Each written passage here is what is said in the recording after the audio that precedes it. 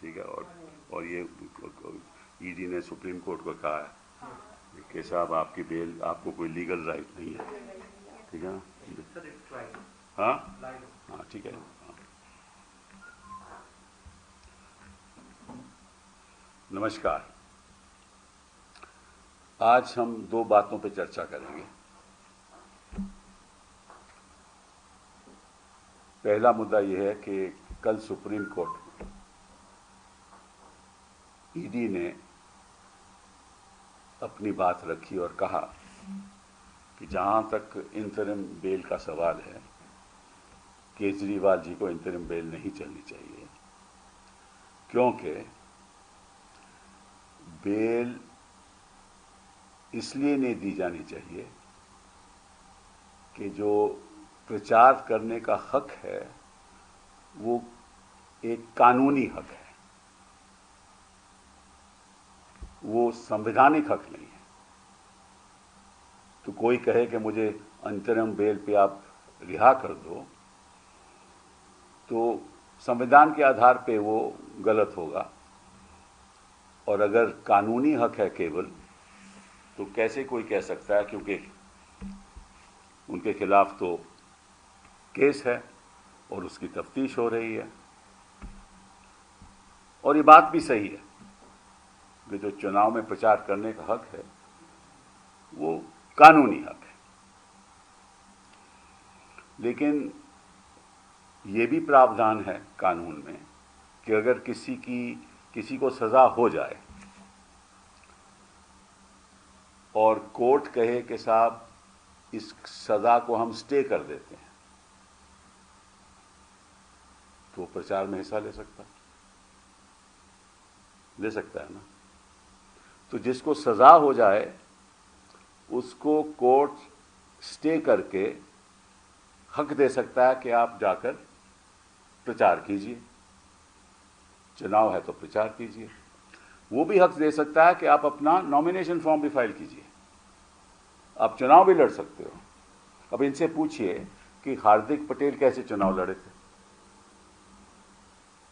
हार्दिक पटेल जी की कन्विक्शन थी,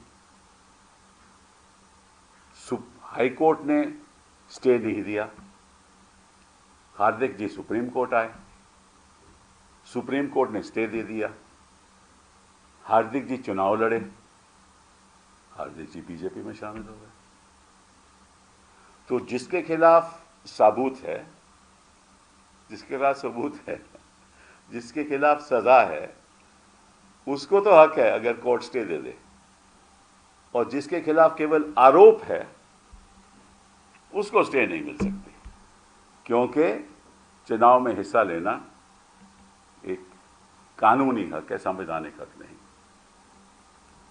तो ये किस किस्म की राजनीति हो रही है और किस किस्म की राजनीति ईडी कर रही है कि जिसके खिलाफ सबूत नहीं, आपको उसको अंदर रखे हुए हो, और इस वक्त आपने गिरफ्तार किया जब चुनाव आ रहा था, चुनाव में हिस्सा नहीं ले सकते।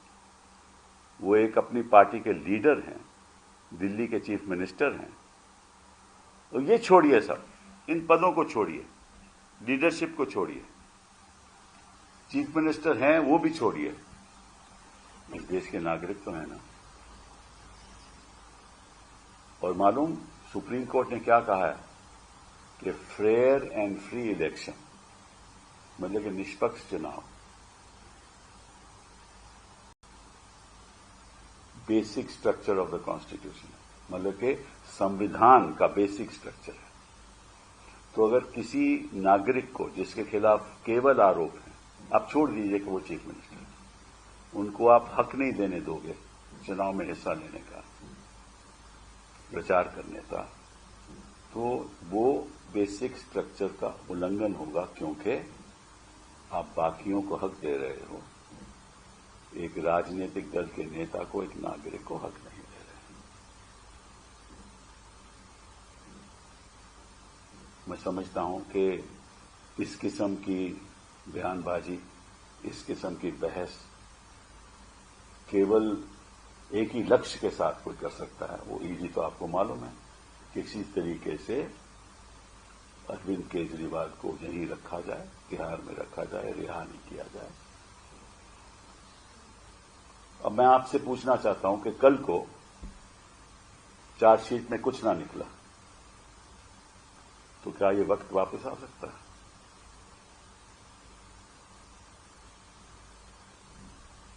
नहीं आ सकता ना। मतलब कि आपने एक राजनीतिक दल के साथ इतना अन्याय किया,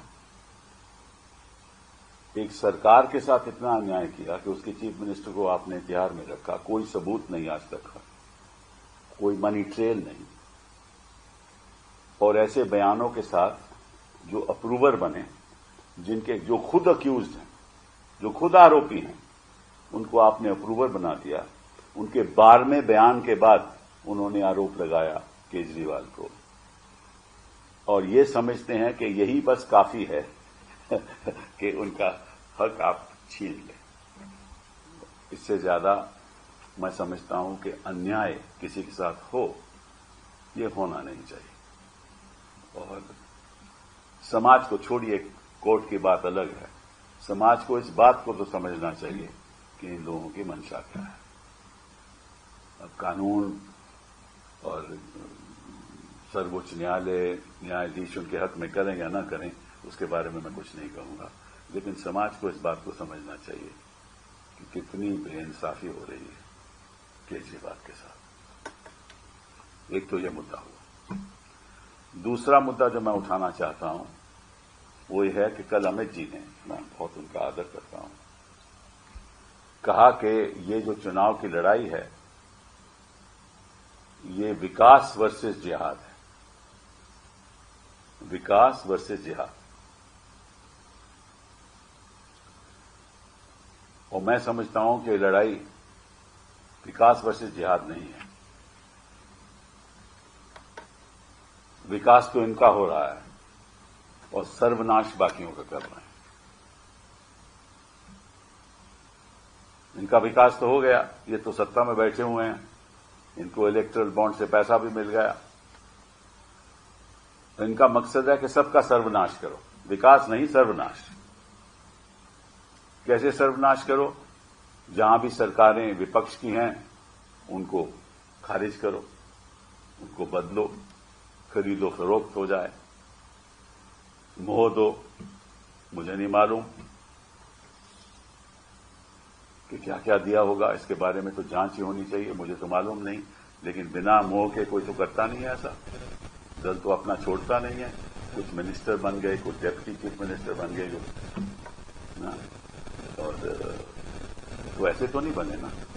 तो सर्वनाश करो सरकारों का, दलों का सर्वनाश करो, ईडी पीछे लगा दो, सीबीआई पीछे लगा दो, तो ईडी का सर्वनाश करो, इस देश की संस्थाओं का सर्वनाश करो। इलेक्शन कमीशन ऑफ इंडिया कब्जे में कर लो, जो गवर्नर का पद जिसकी कोई अहमियत होती थी उसकी अहमियत खत्म कर दो। शिक्षा के संस्थानों में कब्जा कर लो, वाइस चांसलर्स अपने लगा लो, और नेताओं को गिरफ्तार कर लो, दलों के खिलाफ कार्रवाई शुरू कर दो, और अगर कोई आपके खिलाफ बोले तो उसको यूएपीए लगा दो। पहले तो सेडिशन लगा सकते थे, अब तो नहीं लगा सकते, पहले सेडिशन भी लगाते थे। और ऐसे ऐसे लोगों को चुनाव लड़ाओ जो शोषण करते हैं। महिलाओं की बात करो, महिला शक्ति की बात करो, नारी शक्ति की बात करो, लेकिन जब शोषण हो तो चुप रहो, किसी को बोलने का हक ना दो, और पैसों से सबको बटोर लो, अपनी संस्थाएं बना लो। नमस्कार, मैं हूं मानक गुप्ता। अगर आपको हमारा ये वीडियो पसंद आया हो तो इसे लाइक और शेयर जरूर करें, और हां, हमें सब्सक्राइब और फॉलो करना ना भूलें ताकि आप देश और दुनिया की कोई खबर मिस ना करें। तो जुड़े रहिए हमारे साथ और देखते रहिए न्यूज़ 24।